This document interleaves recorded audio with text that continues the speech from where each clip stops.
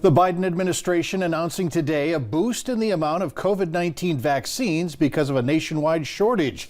This boost is expected to give Minnesota nearly 11,000 additional doses each week under the new allocations. But local health officials also say your position in line for the COVID-19 vaccine could change based on an algorithm they're developing. Valley News Team's Callie Hubbard explains who's moving forward and why.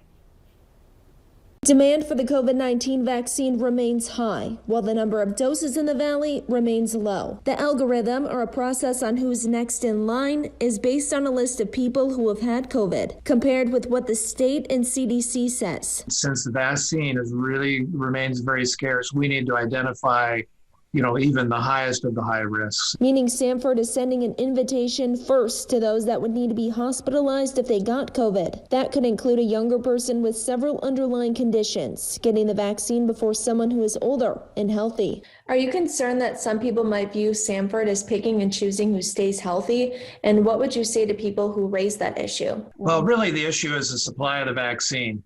Any vaccine in an arm is a win. We're trying to do it during in accordance with the guidelines, and I think we've been very successful doing that. We're not hoarding vaccines. We are ready to give a lot more if we could just get a larger supply.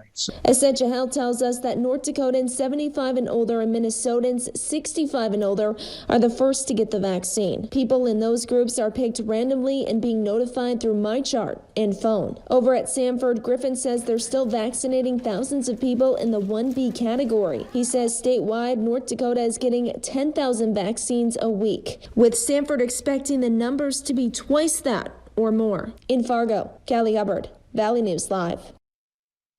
On a separate matter, we asked health officials if they recommend double masking to further protect against the new coronavirus variant. Sanford says if you choose to, wear a medical grade mask underneath and then cover it up with a cloth mask.